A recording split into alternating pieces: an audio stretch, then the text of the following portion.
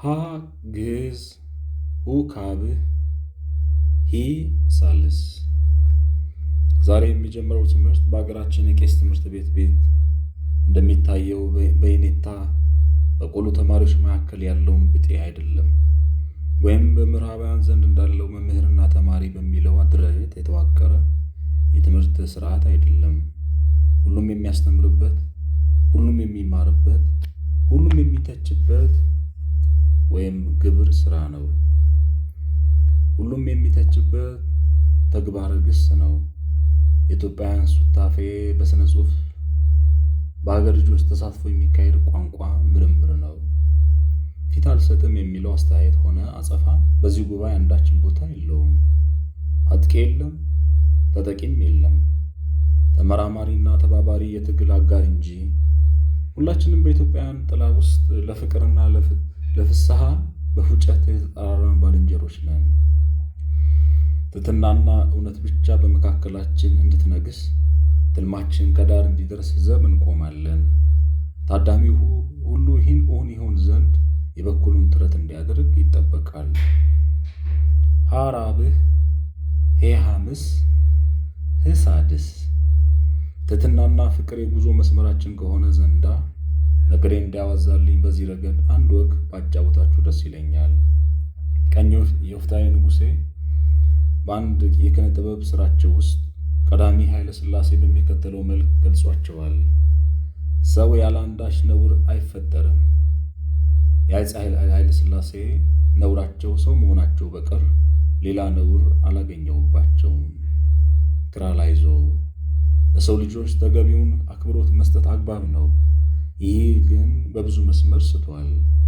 በጥንቱ ዘመን የዜና መዋዕል ዘጋቢዎች፣ የታሪክ ተመራማሪዎች እንዲሁም ጸሐፊ ተውኔቶች ነገሥታትን መለኮት ቀመስ አድርጎ የማቅረብ ሰንካላ አካሄድ ነበራቸው።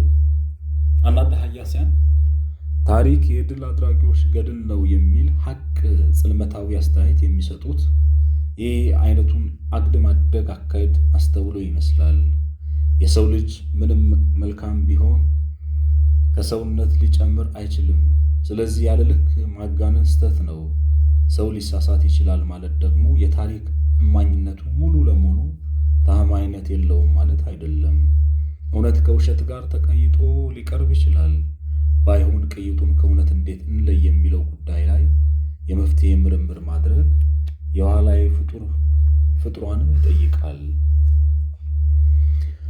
ሰው ያለ አንዳች ነውር አይፈጠርም።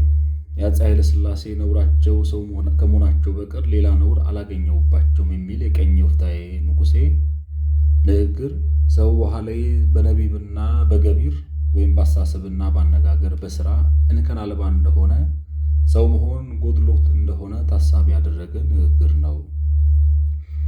ለነገሥታት ማጠንና ማደግደግ የጀግና ዘዬ ቢሆንም በተቃራኒው አንጻር የሚቀዝፉ አንዳንድ እውነት ወይም ሰዎች የያዙትን ፈርጥ ሆነው መከሰታቸው አልቀረም።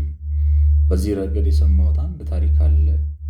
በአንድ ወቅት አፄ ምኒልክ ከባለሟላቸው ጋር የሰባ ፍሪዳ እየበሉ ደረቅ ጠጅ እየጠጡ ጎበዝ፣ እኔ ብሸጥ ስንት አወጣለሁ የሚል ድንገተኛ ጥያቄ ይሰነዝራሉ። ባለሟሉ ሁሉ በሚም እንደ ደረቅ ሬሳ ክው አለ። የአፄን ዋጋ የሚሰፍር ግምታቸውን በውል ቆርጦ መናገር የሚችል ጀግና ሊገኝ አልቻለም። ሁሉ ፈራ፣ ሁሉ ተባ። ምን የሚሉት ዝመማ ነው? የምን መለጎም ነው? ዝምታችሁን ወዲህ በሉ አሉ ንጉሥ ነገሥት ዘኢትዮጵያ ዳግማዊ አፄ ምኒልክ። በፍጥጫው መሃል አንዱ ጉሮሮውን ጠርጎ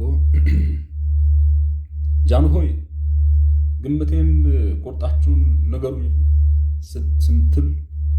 ስንት አወጣለሁ ነው ያሉት? እንግዲያው እኔ ልንገሮት፣ የእርስዎ ግምት 29 ብር ብቻ ነው።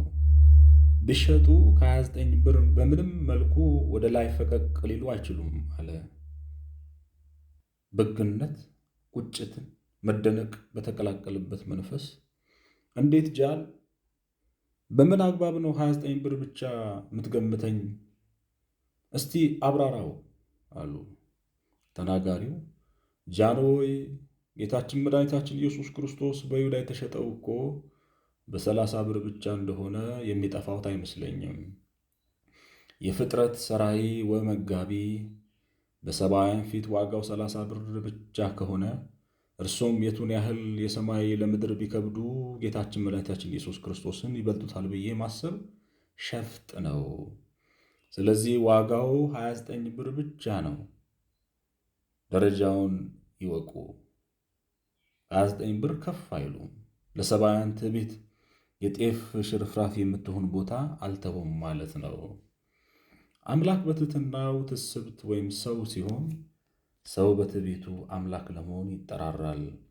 አምላክ እስከ መስቀል ዝቅ ሲል ደካማ ሰው በልዑል ሊመሰል ይከጅላል። ጊዜና ሁኔታ ልመቻች ብሎት እንጂ በሰው ውስጥ ያሸመቀ ትዕቢት፣ ያደፈጠ ልታይ ባይነት አለ። እንዲታጠንለት እንዲደገደግለት የማይከጅል ዘር አዳም ጥቂት ነው፣ እግዚአብሔር ልቡናን ካልቸረው ሰው በቀር። አንድ ኢትዮጵያዊ ምሁር በአንድ ወቅት እንዲህ ሲሉ ተናግረዋል። ምድራዊ ዙፋናት ከፍ የሚያደርጉ ደረጃ የተዋቀሩ ናቸው። ሰማያዊ ዙፋናት ግን ወደ ታች በሚወርዱ ደረጃዎች የተገነቡ ናቸው። ስለዚህ ከፍ ማለት የሚፈልግ ራሱን ዝቅ ማድረግ አለበት። ትዕቢት ያልተፈቀደው ለምንድን ነው የሚለውን አጭር ቀጭን ምላሽ፣ መልካም ነገር ሁሉ የአምላክ ችሮታ ነው። ያገኘውን ነገር ገንዘባችን ያደረግነው የሆነው ሆኖ የተገኘ ነው። የአምላካችን ችሮታና የመግቦት አብርሆት ስላለን ብቻ ነው። ትዕቢትን መሠረታዊነት ይጻረራል። ስለ ትሕትና በዚህ መጠን መነጋገር አስፈላጊ የሆነው ትሕትና የትምህርታችን ዋልታ ማገር መሆኑ ነው። ለማስታወስ ያህል ነው። ትሕትና ባለበት ሁሉ ፍቅር አለ። ፍቅር ባለበት ቦታ ሁሉ ዕውቀት አለ። ፍቅርና ትሕትና ለመከተል ደግሞ አማኒ መሆን ወይም በቅዱሳን መጽሐፍ ማመን የግድ አይደለም። ደበበ ሰይፉ ግጥም የዘወትር ምጤ ይህን ሐሳብ ሰብስቦ የሚይዝ ይመስላል።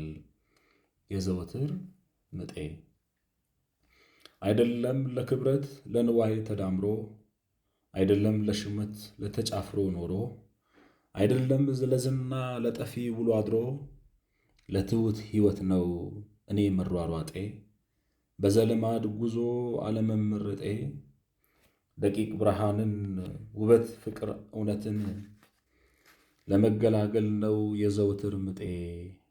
ይህ ነው መስቀሌ፣ ይህ ነው አክሊሌ፣ ይህ ነው ድክመቴ፣ ይህ ነው ብርታቴ። ደበበ ሰይፉ። እግዚአብሔር ትዕቢተኞችን ይቃወማል፣ ለትሑታን ግን ጸጋን ይሰጣል። ያዕቆብ ምዕራፍ 4 ቁጥር 6። አትታበዩ፣ በኩራት አትናገሩ፣ እግዚአብሔር አዋቂ ነውና፣ እግዚአብሔር ሥራውን የሚመዝን ነውና። ካፋችሁ የኩራት ነገር አይውጣ። በፌዛችሁ እርሱ ያፌዛል፣ ለትሑታን ግን ሞገስን ይሰጣል። ራሱን ከፍ የሚያደርግ ሁሉ ይዋረዳል፣ ራሱን የሚያዋርድ ሁሉ ከፍ ይላል። በእርሱ ፊት ራሳችን አዋርዱ፣ ከፍም ያደርጋችኋል። ያዕቆብ ምዕራፍ 4 ቁጥር 10፣ ማቴዎስ ምዕራፍ 23 ቁጥር 12፣ ምሳሌ ምዕራፍ 3 ቁጥር 34፣ ምሳሌ ምዕራፍ 29 ቁጥር 23፣ አንደኛ ሳሙኤል ምዕራፍ 2 ቁጥር 3 ላይ። የአዲስ ኪዳን ቅዱሳት መጻሕፍት ትሱብት የሆነው ጌታችን መድኃኒታችን ኢየሱስ ክርስቶስ የደቀ መዛሙርቱን እግር አጠበ። ርቃነ ሥጋውን በደረቅ እንጨት ላይ ተንጠለጠለ። ሁሉ በእርሱ ለእርሱ ተፈጥሯል፣ ከሆነም አንዳች እንኳ ያለ እርሱ አልሆነም የተባለለት ጌታ ያለ ልክ ዝቅ ብሏል። እግዚአብሔርም ያለ ልክ ከፍ ከፍ አድርጎታል። ሪክ ዋረን የተባሉ አሜሪካናዊ ሰባኪ የሰው ልጅ ፈተናዎች 3 ናቸው ይላሉ። ዝርዝራቸውንም ሴት መወሰብ፣ ንዋይና ዝናን መሰብሰብ። አውስቦና አፍቅሮተ ንዋይ ዕድሜ እየጨመሩ በሄዱ ቁጥር እየተነፈሱ እየተነኑ ይሄዳሉ።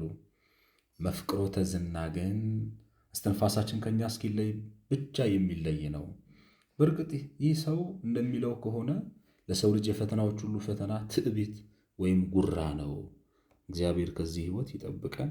ይህችን መጽሐፍ በማንበብ ደግሞ ተባረኩ። ገዝታችሁ ባገኛችሁት አጋጣሚ አንብቡ። ብዙ ነገር ትማራላችሁ። ከትዕቢት ሕይወት እግዚአብሔር ይጠብቀን። በትሕትና እንድናስተምር በትህትና እንድናገለግል እግዚአብሔር ይርዳን። ተባረኩ።